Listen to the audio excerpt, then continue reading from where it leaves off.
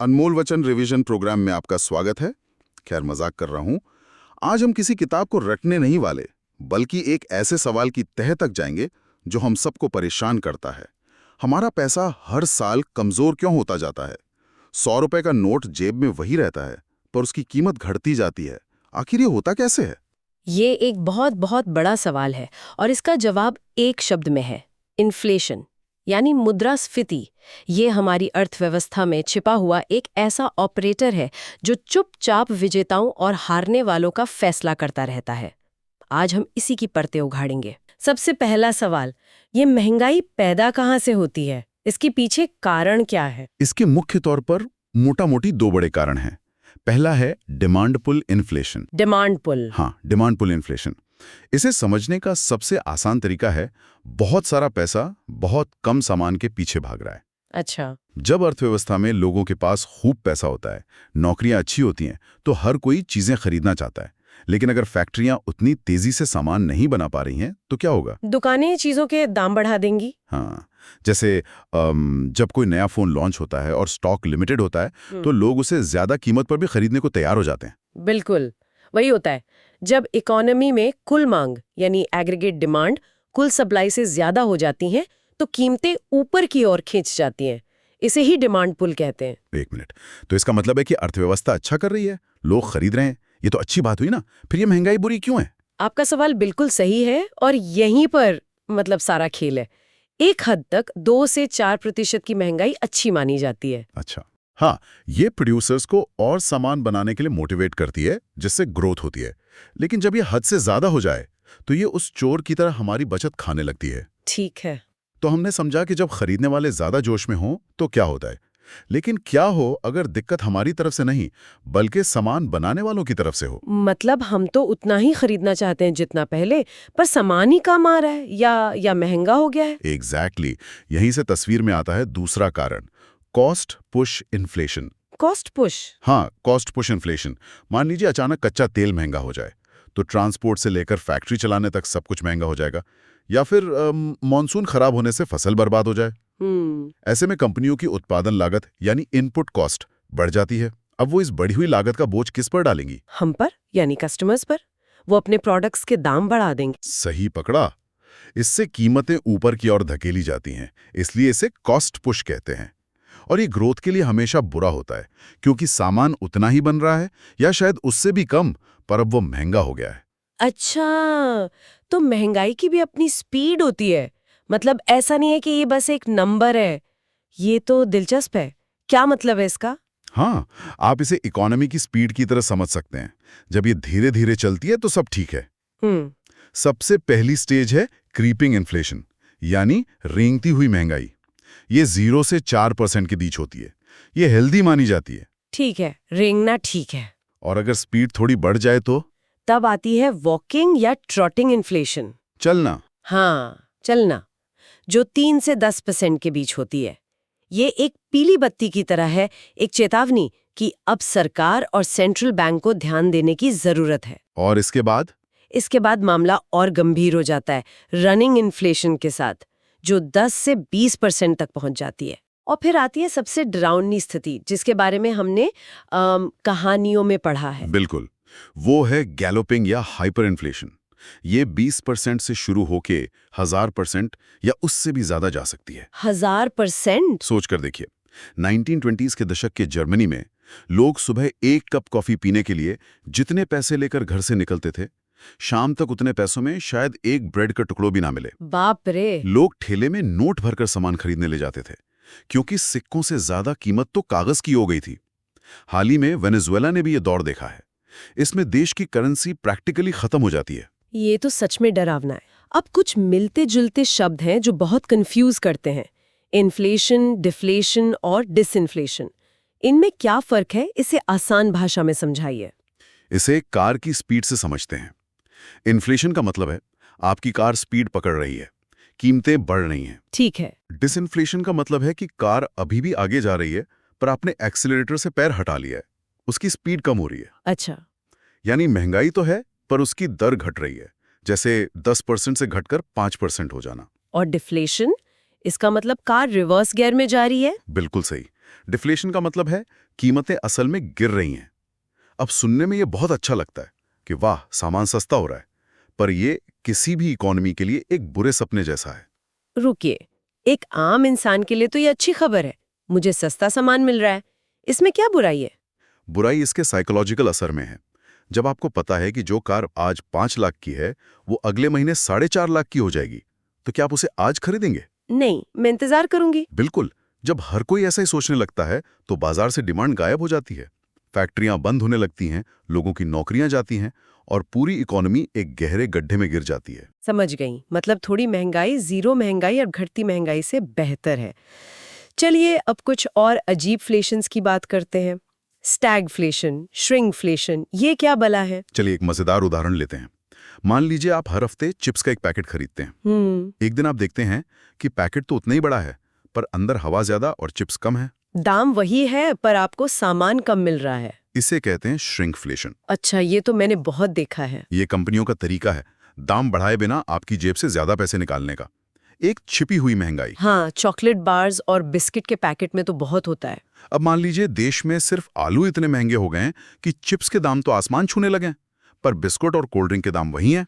ये है skewflation. Skewflation? हाँ, जब महंगाई पूरी इकोनॉमी में न फैलकर सिर्फ एक दो चीजों में ही अटक जाए, जैसे कभी प्याज या टमाटर के साथ होता है। और वो सबसे खतरनाक वाला स्टैगफ्लेशन। स्टैगफ्लेशन किसी भी वित्त मंत्री का सबसे बुरा सपना है।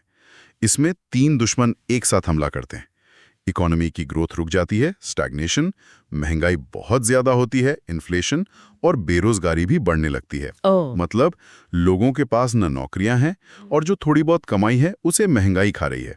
इसी स्टैगफ्लेशन के साथ एक फिलिप्स कर्व का नाम जुड़ा है। ये क्या कॉन्सेप्ट है? फिलिप्स कर्व एक पुराना आइडिया है जो कहता था कि महंगाई और बेरोजगारी में एक उल्टा रिश्ता है, एक ट्रेड ऑफ है। ट्रेड ऑफ मतलब अगर सरकार को बेरोजगारी कम करनी है तो थोड़ी ज्यादा महंगाई बर्दाश्त करनी पड़ेगी, और अगर महंगाई को काबू करना है तो थोड़ी बेरोजगारी बढ़ेगी। लेकिन आपने कहा कि स्टैगफ्लेशन में तो दोनों ही ज्यादा होती हैं, तो ये थ्योरी तो गलत हो गई। बिल्कुल। 1970 के दशक में जब दुनिया में तेल का संकट आया और स्टैगफ्लेशन फैला तो ये कर्व फेल हो गया।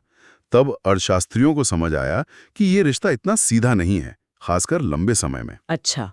आज भी पॉलिसी मेकर्स इस ट्रेड ऑफ से जूझते हैं, पर अब वो जानते हैं कि ये कोई पत्थर की लकीर नहीं है। महंगाई का एक और असर होता है वेज प्राइस स्पाइरल पर।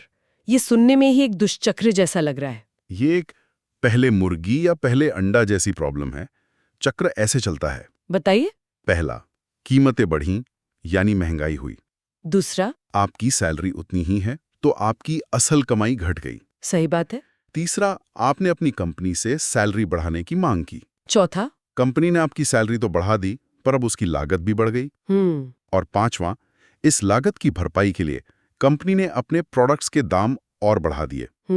और हम वापस स्टेप 1 पर पहुंच गए। और ये चक्र चलता रहता है। हाँ, ये एक कभी ना खत्म होने वाला चक्र बन सकता है जो महंगाई को और हवा देता है। वाह! अब जब हमने ये समझ लिया है कि महंगाई क्या है और क्यों होती है, तो सबसे जरूरी सवाल, इसे नापते कैसे हैं? हमें कैसे पता चलता है कि महंगाई 7% है या 5%? इसे नापने की एक पूरी प्रक्रिया है। सबसे पहले एक बास्केट यानी एक टोकरी बनाई जाती है। एक शॉपिंग बास्केट? हाँ, कह सकते हैं। इसमें उन सभी चीज़ों और सेवाओं को रखा जाता है जो एक आम परिवार आमतौर पर इस्तेमाल करता है, जैसे आटा, दाल, दूध, कपड़े, घर का किराया, पेट्रोल, डॉक्टर की फीस वगैरह। मतलब ये एक आम भारतीय परिवार की शॉपिंग लिस्ट है। हाँ, बिल्कुल।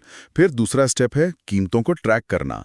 सरकारी लोग हर महीने देश के अलग अलग कोनों में जाकर इस बास्केट में रखी हर चीज़ की कीमत पता करते हैं। अच्छा। और तीसरा स्टेप है तुलना करना।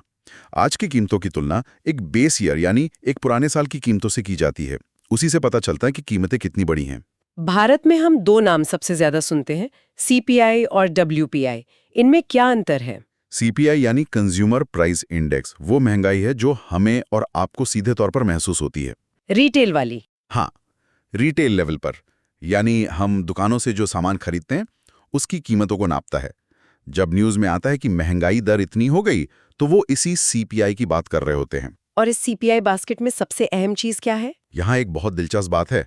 भारत की महंगाई की कहानी असल में खाने पीने की चीजों की कहानी है। अच्छा। हमारे सीपीआई बास्केट में लगभग 46% हिस्सा सिर्फ खाद्य पदार्थों का है। लगभग आधा। हाँ, इसका मतलब है कि भारत में महंगाई को कंट्रोल करने की लड़ाई आरबीआई के ऑफिस से ज्यादा देश के खेतों और मंडियों में लड़ी जाती है। एक खराब मानसून पूरी अर्थव्यवस्था के कैलकुलेशन को हिला सकता है। समझ गई। तो सीपीआई आम आदमी की महंगाई है, फिर ये डब्ल्यूपीआई यानी होलसेल प्राइस इंडेक्स क्या है? WPI है प्रोड्यूसर्स की महंगाई। ये थोक बाजार में यानी फैक्ट्री गेट पर कीमतों को मापता है। इसमें सेवाएं नहीं होती? नहीं, इसमें सिर्फ सामान गुड्स होते हैं। सेवाएं सर्विसेज जैसे डॉक्टर की फीस या किराया शामिल नहीं होता। पहले आरबीआई इसी पर नजर रखता था, लेकिन 2014 में उर्जित पटेल कमेटी ने कहा कि अगर आम आदमी पर असर देखना है तो सीपीआई ही सबसे बेहतर मापदंड है। तो तब से आरबीआई का मुख्य फोकस सीपीआई पर ही है। बिल्कुल। अच्छा, न्यूज़ में हेडलाइन इन्फ्लेशन और कोर इन्फ्लेशन की भी बात होती है, ये क्या है? हेडलाइन इन्फ्लेशन तो हमारा मेन सीपीआई ही है, जिसमें बास्केट की सभी चीजें शामिल होती हैं। लेकिन इसमें एक दिक्कत है। क्या? खाने पीने की चीजों जैसे टमाटर और फ्यूल यानी पेट्रोल डीजल की कीमतें बहुत तेजी से ऊपर नीचे होती हैं। आज टमाटर 20 रुपए किलो है, कल 100 रुपए हो सकता है। ये बहुत शोर पैदा करते हैं। तो कोर इन्फ्लेशन इस शोर को हटाने का तरीका है। बिल्कुल। जब हम हेडलाइन इन्फ्लेशन में से इन दो अस्थिर चीजों खाद्य और ईंधन को हटा देते हैं तो हमें कोर इन्फ्लेशन मिलती है। Core inflation. हाँ, ये ज्यादा स्थिर होती है और अर्थव्यवस्था में महंगाई के असली गहरे ट्रेंड को बेहतर दिखाती है। ये इकोनॉमी के बुखार का ज्यादा सही तापमान बताती है। सीपीआई और डब्ल्यूपीआई के अलावा भी कोई और थर्मोमीटर है इस बुखार को नापने का? हाँ, एक और बड़ा थर्मोमीटर है जिसे जीडीपी डिफ्रेटर कहते हैं। ये देश में बनने वाली हर एक चीज और सर्विस की कीमत को देखता है। हर एक? हाँ, हर एक। ये सबसे कंप्लीट पिक्चर देता है, लेकिन इसका डेटा हर 3 महीने या साल में एक बार आता है, इसलिए ये रोजमर्रा की पॉलिसी के लिए थोड़ा धीमा है। अब आते हैं सबसे जरूरी हिस्से पर। इस महंगाई का हम पर क्या असर होता है? कौन फायदे में रहता है और किसका नुकसान होता है? ये बहुत जरूरी सवाल है क्योंकि महंगाई का असर सब पर बराबर नहीं होता। सोचिए, एक रिटायर्ड अंकल के बारे में जिनकी पूरी जिंदगी की कमाई बैंक एफडी में रखी है, जिस पर उन्हें 6% ब्याज मिल रहा है। लेकिन अगर महंगाई 7% है तो असल में हर साल उनके पैसे की ताकत 1% कम हो रही है। वो अमीर नहीं, धीरे धीरे गरीब हो रहे हैं। जिनकी फिक्स्ड इनकम है वो सबसे ज्यादा नुकसान में रहते हैं। पेंशनर्स या सैलरी वाले लोग? हाँ। और बचत करने वालों का भी नुकसान होता है? लेकिन कोई तो होगा जो इस स्थिति में भी जीतता है। हाँ, सबसे बड़े फायदे में रहते हैं कर्ज लेने वाले यानी बोरोवर्स। हाँ, अच्छा, वो कैसे? मान लीजिए आपने आज 8% की दर पर होम लोन लिया। 10 साल बाद जब आप किस्त चुका रहे होंगे तो महंगाई के कारण रुपए की कीमत काफी कम हो चुकी होगी। तो आप असल में सस्ता पैसा वापस कर रहे हैं। आपका कर्ज महंगाई की वजह से अपने आप कम होता जाता है। तो अब जब ये जानवर इतना कुछ कर सकता है तो इसे काबू में कैसे किया जाता है? सरकार और आरबीआई के पास क्या हथियार हैं? 2 मेन हथियार हैं। पहला है आरबीआई के पास, जिसे हम मॉनेटरी पॉलिसी कहते हैं। मॉनेटरी पॉलिसी, इसका सीधा सीधा मतलब है बाजार में पैसे के फ्लो को कंट्रोल करना। जब महंगाई बढ़ती है तो आरबीआई बाजार से पैसा खींचता है। वो रेपो रेट बढ़ा देता है, जिससे बैंकों के लिए कर्ज लेना महंगा हो जाता है। और फिर बैंक हमारे लिए लोन महंगे कर देते हैं। एग्जैक्टली। लोग कम खर्च करते हैं, डिमांड घटती है और महंगाई नीचे आती है। ये तो हुआ आरबीआई का काम। सरकार क्या करती है? सरकार के हथियार को फिस्कल पॉलिसी कहते हैं। सरकार 2 काम कर सकती है। एक, वो अपने खर्चे कम कर सकती है। दूसरा, वो टैक्स बढ़ा सकती है ताकि लोगों के हाथ में खर्च करने के लिए कम पैसा बचे। सप्लाई साइड पर भी कुछ करती होगी? बिल्कुल। सरकार सप्लाई बढ़ाने के भी उपाय करती है, जैसे दालों का इंपोर्ट बढ़ा देना या जमाखोरी पर लगाम लगाना, ताकि बाजार में सामान की कमी ना हो। तो आखिर में इस पूरी कहानी में नया क्या हो रहा है? भविष्य में क्या बदलाव आने वाले हैं? 2 बड़े और दिलचस्प अपडेट्स हैं। पहला, सरकार सीपीआई के बेस ईयर को 2012 से बदलकर 2024 करने जा रही है। अच्छा, ऐसा क्यों? क्योंकि 2012 के मुकाबले आज हमारा खर्च करने का तरीका बहुत बदल गया है। अब हम अनाज पर कम और मोबाइल डेटा, इलेक्ट्रॉनिक्स, ज़ोमैटो पर खाना और ओटीटी सब्सक्रिप्शंस पर कहीं ज्यादा खर्च करते हैं। नई बास्केट इस नई हकीकत को दिखाएगी। ये तो बहुत जरूरी बदलाव है। और दूसरा बड़ा कदम है डब्ल्यूपीआई से प्रोड्यूसर प्राइस इंडेक्स पीपीआई की तरफ जाने की तैयारी। पीपीआई डब्ल्यूपीआई से बेहतर माना जाता है क्योंकि ये टैक्स और ट्रांसपोर्ट लागत को हटाकर प्रोड्यूसर को फैक्ट्री गेट पर मिलने वाली असली कीमत को मापता है। इससे हमें प्रोडक्शन की लागत में हो रहे बदलावों की ज्यादा साफ तस्वीर मिलती है। तो ये था महंगाई के अदृश्य चोर पर हमारा विश्लेषण। हमने उसके कारणों से लेकर उसे पकड़ने के तरीकों और भविष्य के हथियारों तक हर पहलू को समझने की कोशिश की। बिल्कुल। और अंत में श्रोताओं के लिए सोचने के लिए एक सवाल, जैसे जैसे हमारी इकोनॉमी और ज्यादा डिजिटल होती जा रही है, हम यूपीआई से पेमेंट कर रहे हैं, ऑनलाइन शॉपिंग कर रहे हैं, क्या महंगाई को नापने का हमारा ये बास्केट वाला पारंपरिक तरीका भविष्य में भी काम करेगा? हमें महंगाई को ट्रैक करने के लिए रियल टाइम डेटा एनालिटिक्स जैसे पूरी तरह से नए तरीकों की जरूरत पड़ेगी, जो हर सेकंड बता सकें कि देश में क्या महंगा हो रहा है और क्या सस्ता।